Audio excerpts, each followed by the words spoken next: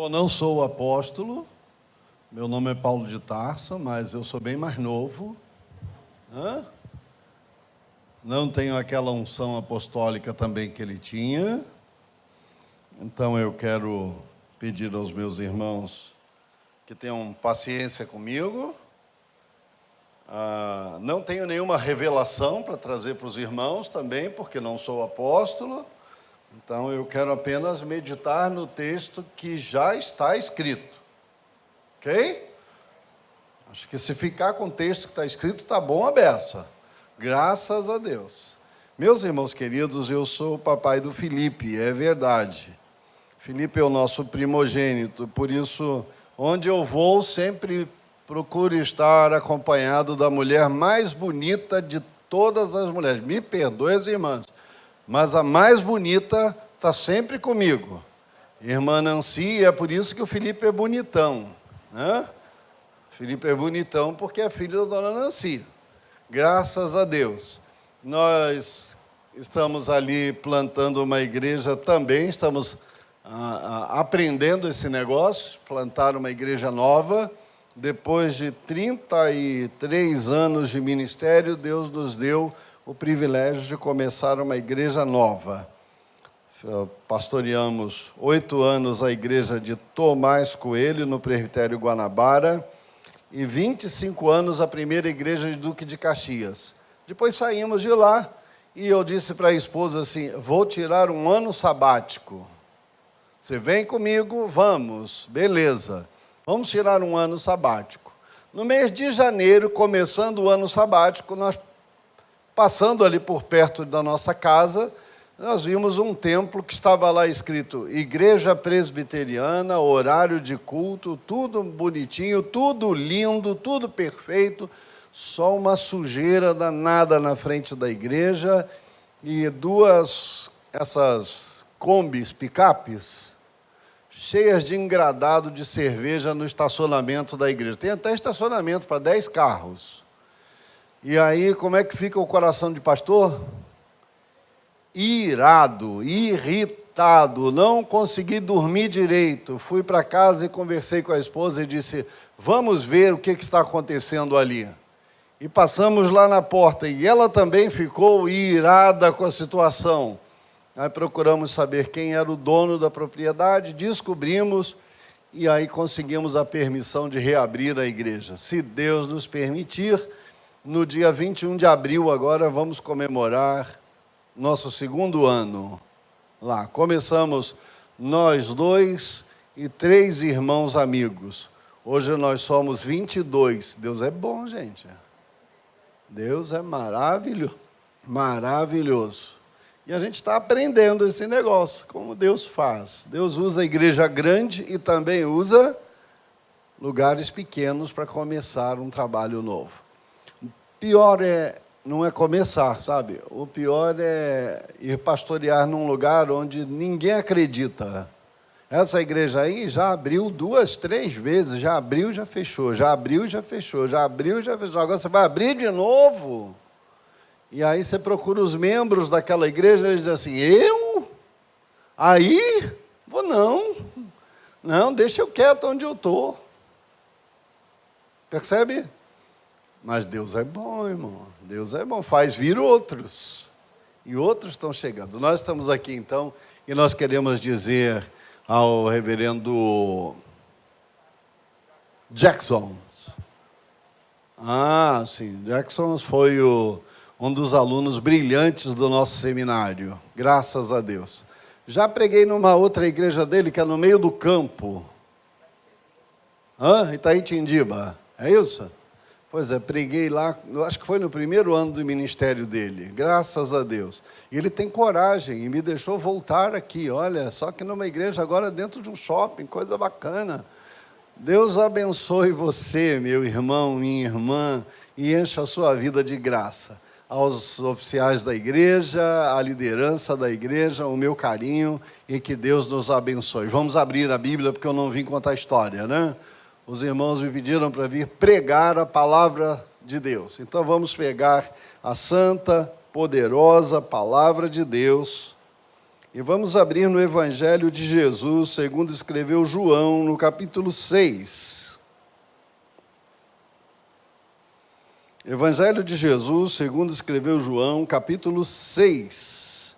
Eu quero ler com os irmãos primeiro os versos 30 e 31, e depois nós vamos aos versículos 47 a 54. Eu ouso dizer que o crente tem assim, a Bíblia na mão, a palavra de Deus na mente e no coração. Então vamos usar a que está na mão, né? Pode ser no celular, pode ser no livro, esteja com a Bíblia na mão. Vamos ler? Diz assim: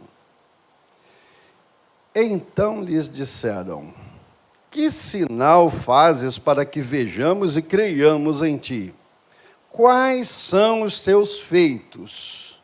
Nossos pais comeram maná no deserto, como está escrito, lhes deu de comer o maná do céu. Versos 47 em diante. Em verdade vos digo, quem crê em mim tem a vida eterna. Eu sou o pão da vida. Pode ler comigo, irmão. Eu sou o pão da vida. Vossos pais comeram maná no deserto e morreram. Este é o pão que desce do céu, para que todo que dele comer não pereça. Eu sou o pão vivo que desceu do céu. Quem dele comer, viverá eternamente.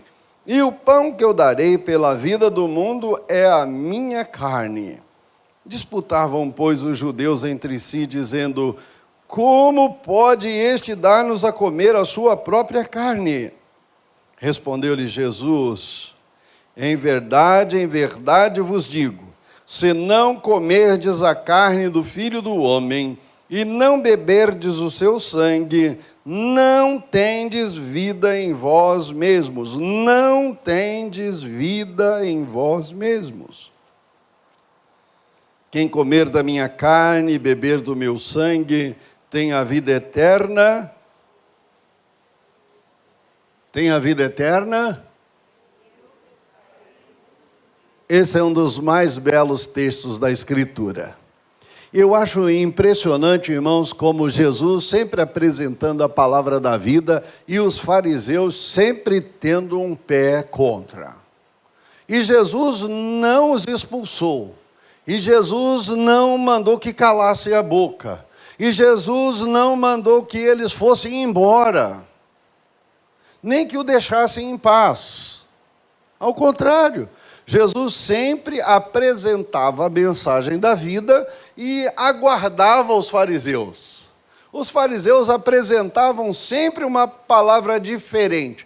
Olha, irmãos, apresentar algo novo num mundo em caos é complicado. Esses dias havia um debate na minha família muito intrigante. Devo tomar a vacina ou não devo tomar a vacina? Essa vacina é chipada. Quem tomar essa vacina vai ser controlado pelo governo em todos os lugares, por onde for. O governo vai saber se você comprou, se você vendeu, se você saiu, se você está em casa. E a gente é obrigado a ouvir essas coisas e sem repreender, né? É bom ouvir. Deus nos deu 2 ouvidos. E depois de ouvir tudo, você para, e a gente que tem cabelo branco, assim que nem eu, lembra de quando saiu o CPF, e o governo obrigou todo mundo a usar o tal do CPF. E a história foi a mesma, porque esta é a marca da besta e vai controlar, ninguém compra, ninguém vende, ninguém sai, ninguém vai, ninguém volta. E eu posso dizer para você qual é a marca da besta, sabe? Hoje, eu posso dizer para você qual é a marca da besta e posso afirmar com todas as letras: não é o CPF, não é a vacina. Ah, então alguém diz assim, é o Google. Não é o Google? Você clica lá no Google e o Google diz aonde você está, qual é o número do seu CPF, o que você faz. Clica lá no Google e pergunta quem é a pessoa que você quiser. O Google dá tudo para você. Diz até onde a pessoa está agora. É ele a besta? Não, a besta é o danado da marca do pecado que está marcado na identidade do ser humano. Quando ele nasce, ele já nasce marcado, e essa marca o identifica como alguém perdido, como alguém que não tem provisão nenhuma de graça, como alguém que não tem nenhuma expectativa de vida nova, como alguém que não tem possibilidade de morar no céu, que nunca poderá ser tratado se não for a graça de Deus, o grande amor de Deus o Pai, estará para sempre e completamente perdido, abandonado, que está dominado, sabe, o pecado sabe aonde você está, sabe o que você faz, antes de haver Google, antes de haver vacina, antes de haver CPF, e ele controla os pés de todos os seus, de todos os que não têm Cristo no seu coração. E perturba até a vida de quem tem Cristo no coração. Foi o apóstolo Paulo quem disse. Está lá no capítulo 7 de Romanos. Miserável homem que eu sou. Eu sou crente, sou salvo, sou remido pelo sangue de Cristo, sou selado com o Espírito Santo, mas o bem que eu quero fazer, eu não faço. O mal que eu não quero, esse estou sempre fazendo. Mas Jesus, convidando então com os discípulos, com os fariseus, depois de apresentar as suas credenciais sobre o reino de Deus, sobre o motivo que ele veio para ser rei dos reis, aí o fariseu vira para ele e diz assim: que sinal você faz? E aí você para e pensa, gente, Jesus já tinha curado leprosos, já tinha ressuscitado mortos na presença deles. E todos eles conheciam essa história. Jesus tinha curado cegos, Jesus tinha curado uma mulher do fluxo de sangue, Jesus tinha livrado gente da prostituição, Jesus tinha já falado sobre a água da vida, Jesus tinha dado todas as credenciais possíveis. E eles perguntam, que sinal faz? Não importa quantos sinais você faça, sempre os fariseus quererão um novo sinal. Qual é o novo sinal? Qual é a sua credencial? E Jesus volta para eles e fala sobre o pão da vida. Mas quando Jesus termina de falar do pão da vida, ele disse, não, Moisés nos deu o pão lá no deserto. Que história é essa que você que dá o pão? E Jesus vai usar então as lições para dizer que Moisés deu o que para o povo? Nada. Quem deu o pão do céu foi Deus, o nosso Senhor. Então Jesus continua a conversa sem deixar os fariseus dizerem mais nada. Jesus entra na conversa dizendo assim, em verdade vos digo, quem crê em mim tem a vida eterna. Hoje pela manhã, falando com a igreja sobre boas obras, eu lembrei do texto de Tiago 2, quando Tiago diz assim, crês tu que Deus é um só? Fazes bem. Você sabe que tem gente no mundo que é pior do que o diabo, não sabe? É muito pior do que o diabo. Porque não acredita na existência de Deus. Aí, a Bíblia diz assim, crês tu que Deus é um só? Fazes bem, porque o diabo também crê. Mas o diabo não pode se arrepender para receber a vida eterna, porque ele é anjo. E anjo caído não tem solução. Mas falando para os fariseus, Jesus diz assim, eu dou a vida eterna. Quem crê em mim recebe a vida eterna. Que vida é essa, gente? Do que Jesus vinha falando de pão, vinha falando de alimento, vinha falando de comunhão com o Pai, porque ele introduz um novo assunto de uma conversa que já está difícil. A conversa já está difícil, os fariseus não dão um momento de quietude. Aí Jesus acrescenta um novo assunto. Quem comer do pão que ele der, receberá a vida eterna. Quando é que eu entro na vida eterna? Essa é uma boa conversa para todos nós, né? Quando é que eu entro na vida eterna? Quando eu for para o céu, eu entro na vida eterna. Não é isso? É isso, irmão? É ou não é? Bom, eu entro na vida eterna quando eu passo a frequentar a igreja, é isso? Então vamos tornar isso mais comum. Eu entro na vida eterna quando eu encontro com Jesus como a samaritana lá no poço, e aí Jesus diz assim: eu sou a água da vida, quem beber da água que eu lhe der nunca mais voltará a ter sede. Então ela entrou na vida eterna naquele momento, foi isso? E eu vou dizer para você, a samaritana entrou na vida eterna quando ela bebeu da água que Jesus deu. A vida eterna não é uma expectativa de que eu vou viver lá no céu, é também. A vida eterna não é uma expectativa de que eu sou membro da igreja, batizado e agora eu participo da ceia, é também. A vida eterna é a comunhão com Deus. Isso está no capítulo 17, versículos 2 e 3, aqui mesmo de João. A vida eterna é esta: que creiais em Deus e que creiais em Jesus Cristo como aquele que foi enviado de Deus. Isto é, a vida eterna. A vida eterna, então, é ter a comunhão com Deus e a comunhão com Jesus, o seu Filho. É receber a Jesus como o único e suficiente Salvador, é receber a Jesus como o doador de toda a graça e de toda a provisão, é receber a Jesus e negar a mim mesmo e dizer: sem Jesus eu estou falido, sem Jesus eu estou perdido, sem Jesus eu estou morto. Então, como eu preciso de Jesus, eu quero pegar todo o meu passado e declarar que o meu passado, a partir deste momento, ele está morto, sepultado com Jesus, para que eu possa viver a nova vida com Jesus. Porque se o meu passado não morre, eu não posso entrar na vida eterna. Não pode existir duas vidas no mesmo corpo. A vida do Paulo é a vida do Paulo, e a vida de Cristo em Paulo é outra vida. Apesar das aflições do meu corpo pecaminoso, a minha mente precisa ser dominada pelo Espírito de Cristo, a fim de que eu viva essa nova vida. E aí Jesus introduz esse assunto que vai fazer os fariseus ficarem mais aflitos ainda com essa situação.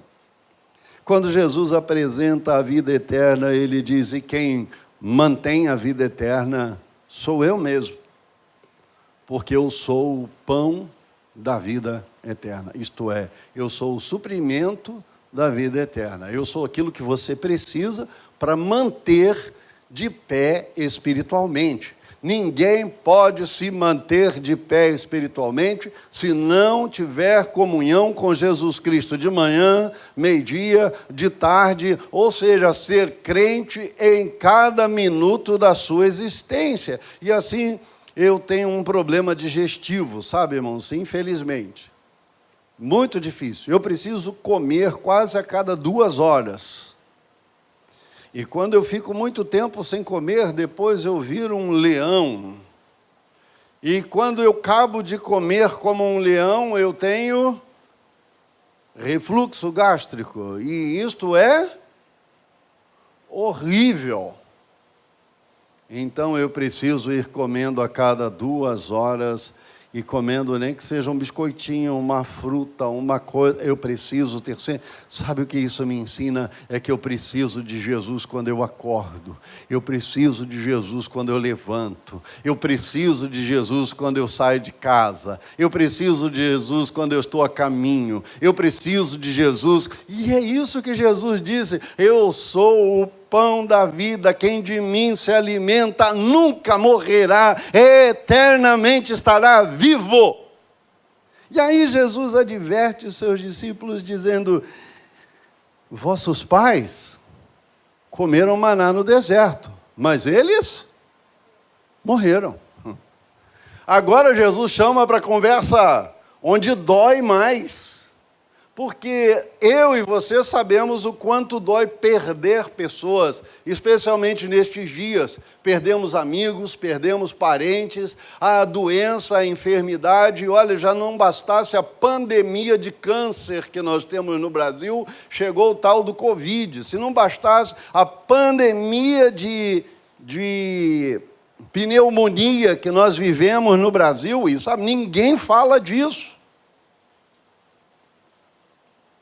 Mas morre no Brasil tanta gente de pneumonia nos nossos dias, quanto quase o mesmo índice de Covid-19. Mas ninguém fala desse negócio.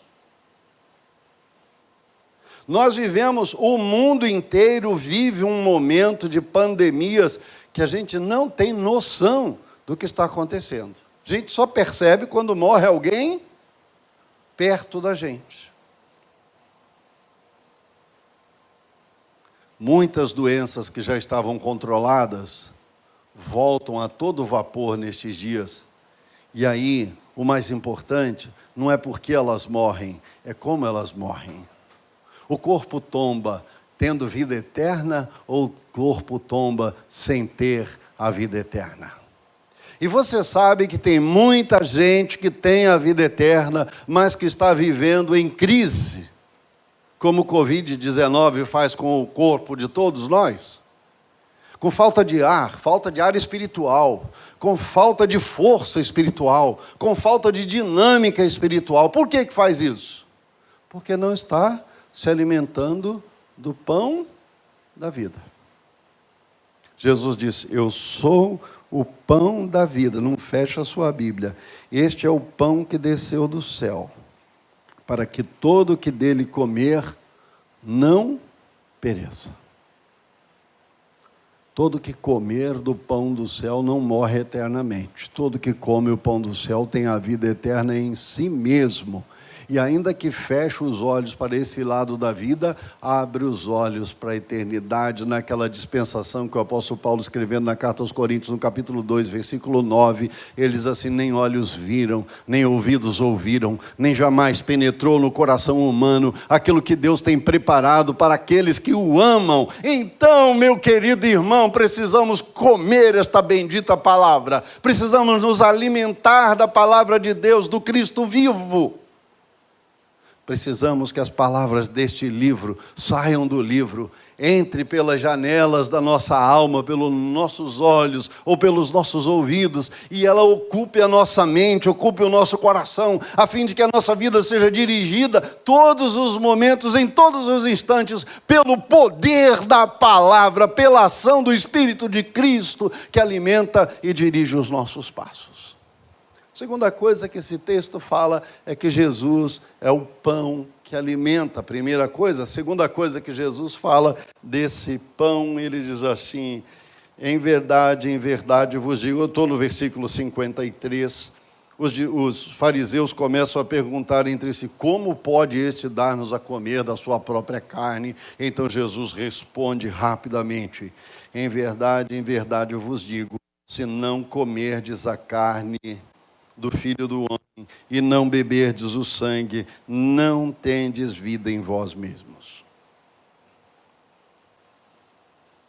E eu me lembro, eu era muito jovenzinho quando preguei a primeira vez nesse texto.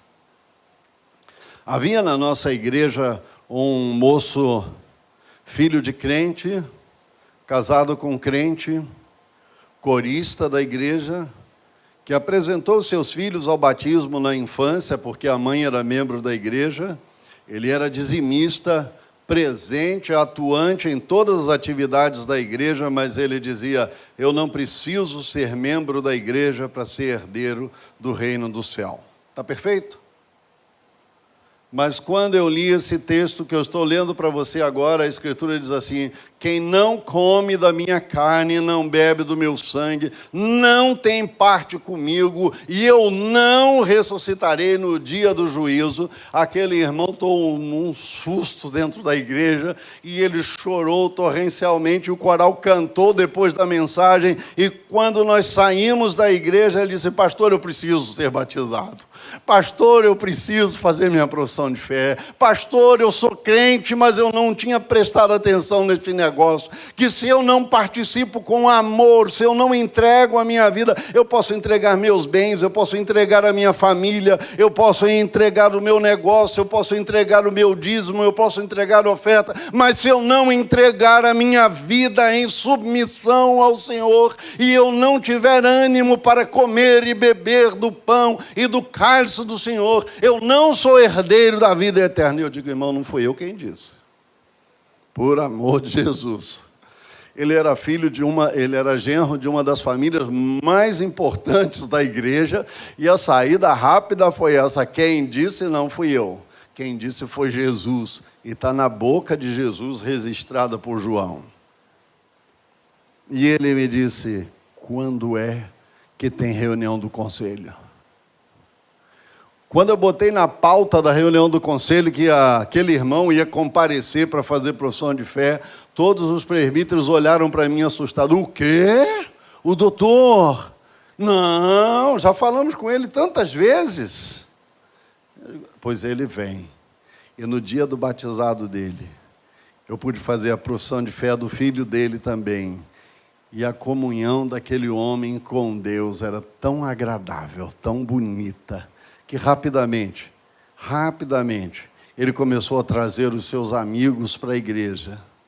Muitos amigos para a igreja, porque ele compreendeu que precisa comer e beber, comer do pão e beber do cálice para ter parte com Jesus, porque sem comer e sem beber não se alimenta da vida. Jesus disse que ele é o pão. Jesus disse que ele é o vinho da vida, que dá alegria, que dá prazer, que dá suporte, que dirige as nossas vidas. E mais, ele nos chama para o compromisso.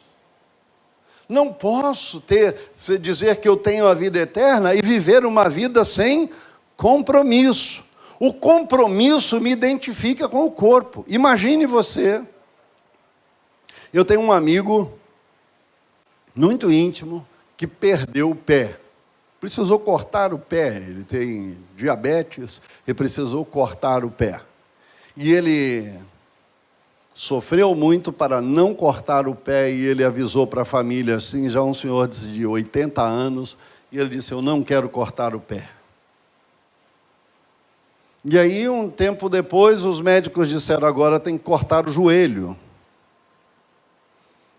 E ele disse: eu não quero cortar o joelho. E então o médico chamou e disse assim: nós vamos cortar da metade da perna para baixo, ou o seu problema vai para o seu pulmão e aí você morre. Você entendeu? O que eu preciso saber e colocar diante de você é uma situação assim: quem não come e não bebe do sangue e do pão que é Cristo Jesus, nosso Senhor, não tem vida com Jesus, não vai morar no céu, não tem expectativa do céu, não verá as coisas gloriosas, aquela que nós cantamos tanto nas nossas igrejas: metade da glória celeste jamais se contou ao mortal. Nenhum mortal sabe como é o céu. O apóstolo Paulo, descrevendo o céu, ele diz assim: olha, eu sei de um homem que subiu até o céu e viu as grandezas do céu e as glórias do céu.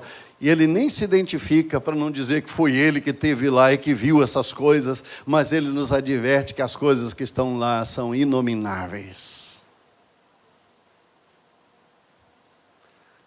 Alguns anos depois, João descreve no capítulo 19 como é que é o céu. Ruas de ouro, não tem ladrão. As barras de ouro estão lá no chão. As colunas são de ônix ou de cristal. Há um rio de cristal no meio da praça. Não tem ladrão. Gente, só de pensar nisso já me dá vontade de morar nesse lugar tão seguro, mas aí eu preciso lembrar mais. Ele diz assim: e então nós veremos Jesus com estes próprios olhos, sem óculos. Eu vejo aqui os irmãos todos embaçadinhos com os meus óculos, sem os óculos. Aí eu preciso pegar os óculos para ver a imagem dos irmãos. Mas sabe, lá no céu, eu não vou usar óculos. E aquele irmão não vai usar muleta nem cadeira de roda. Você quer morar num lugar desse? Não precisa pagar segurança. Não precisa pagar seguro do carro. Nem sei se vai ter carro, também não tem descrição disso. Mas nós teremos tudo. Tem a melhor de todas as coisas. Eu verei Jesus com esses próprios olhos. Quem não comer e não beber, não vai ter isso. Mas termina, e aí é a nossa terceira apresentação desse texto, e eu termino porque pastor antigo com microfone na mão é um perigo. Jesus diz assim: quem comer da minha carne e beber do meu sangue, eu dou a vida eterna e o ressuscitarei no último dia. Essa é a expectativa gloriosa nossa. Não tem coisa mais linda a ser oferecida aos homens e às mulheres do mundo como a ressurreição. E aí eu me reporto ao apóstolo Paulo de novo, na carta aos Colossenses, e poderia reportar a 1 Coríntios, no capítulo 15, quando ele diz que os sepulcros serão abertos. Não tem Covid, não tem câncer, não tem AIDS que prenderão ninguém no cemitério. Os sepulcros serão abertos instantaneamente, sem ninguém furar, sem ninguém mexer. Os corpos sairão e todos serão revestidos de imortalidade, de incorruptibilidade. E nós subiremos juntos cantando o hino da vitória, indo encontrar com Jesus na Cidade Santa. Jesus disse: eu ressuscitarei no último dia. Eu ressuscitarei no... Ele não apenas alimenta a nossa fé. Ele não apenas faz distinção entre os que são seus e os que não são. Ele também ressuscita os seus para nos dar a alegria de ir morar com Ele. E na despedida, no capítulo 14, ele volta para os discípulos para dizer assim, aqui mesmo em João: a minha vontade é que onde eu estou, estejais vós todos também comigo. Ah, que alegria! E aí, para dar segurança de que é Ele mesmo quem vai voltar, ele diz assim: eu ressuscitarei no último dia. Na carta aos Tessalonicenses, no capítulo 4, versículo 16, o apóstolo registra assim a boca do Senhor: dada a ordem do Pai, ressoada a trombeta do arcanjo, Jesus descerá do céu, todos os mortos ressuscitarão, e os que estiverem vivos serão revestidos de imortalidade, para subir juntos e morar com o Senhor na Nova Jerusalém. Aleluia, glória seja o nome do Senhor. Você faz parte desse povo? Você já é parte dessa família? Você já recebeu a vida eterna? Recebeu toda esta segurança, toda esta estabilidade? Então, glorifique o Senhor com a sua vida diariamente. Santifique a sua vida na meditação da Bíblia e na oração. Mantenha a sua vida de comunhão com o Senhor, comendo do pão, bebendo do cálice e revestindo a sua vida de comunhão com o Senhor. Mas se você ainda não tem esse tipo de vida, resta ainda uma esperança. Jesus não tem prazer que ninguém se perca. Por isso, ele deixou registrado assim em Mateus, no capítulo 11, versículo 28 a 30. Vinde a mim, todos vós que estáis cansados, perturbados com Covid, com AIDS, com pneumonia, com acidentes, com atropelamentos, com balas perdidas ou achadas. Se você tem preocupação com estas coisas, Jesus disse: vinde a mim, e eu vos aliviarei, e vos darei descanso para as vossas almas. Tem melhor oferta do que essa? Então, se você ainda não recebeu a Jesus hoje mesmo, abra o coração, convide a Jesus para morar com você, para entrar na sua vida, entrar na sua casa, entrar nos seus negócios e te dar vida eterna, vida em abundância, vida cheia de graça. Vamos orar ao Senhor. Obrigado, Deus, por este encontro. Obrigado por estes queridos irmãos eleitos, lavados no sangue de Cristo e selados com o Espírito Santo. Obrigado por esta família da fé que se reúne aqui. Obrigado por estes irmãos queridos que vêm ouvir e guardar a Tua palavra. Aplica, Senhor, esta palavra aos corações, a Tua palavra, tão somente a Tua palavra. Aplica a Tua palavra em nossos corações e faze-nos viver com o Senhor, para o Senhor, todos os dias da nossa vida. Em um nome precioso de Jesus te pedimos. Amém.